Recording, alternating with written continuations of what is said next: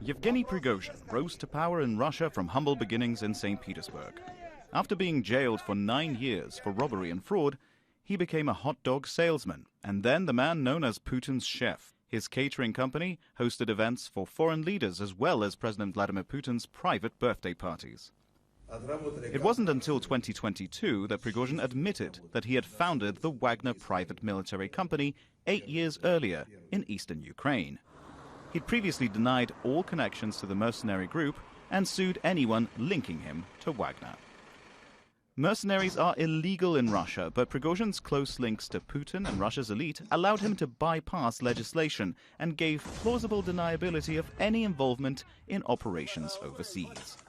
As well as Ukraine, the Wagner Group has been linked to military operations in Syria since 2015 and aiding governments combat rebel groups in the Central African Republic, Libya, Mali and Sudan.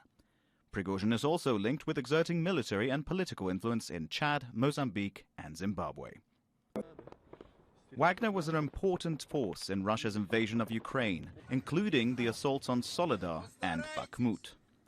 Prigozhin commanded up to 50,000 troops in Ukraine, mostly recruited from Russian prisons, in exchange for a pardon.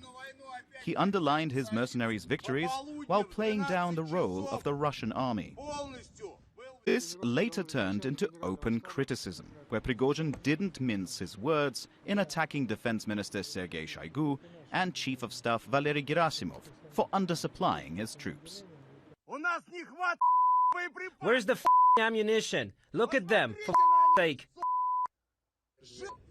When Bakhmut was seized in May 2023, after more than 6 months of fighting, Prigozhin and his men took a passive role.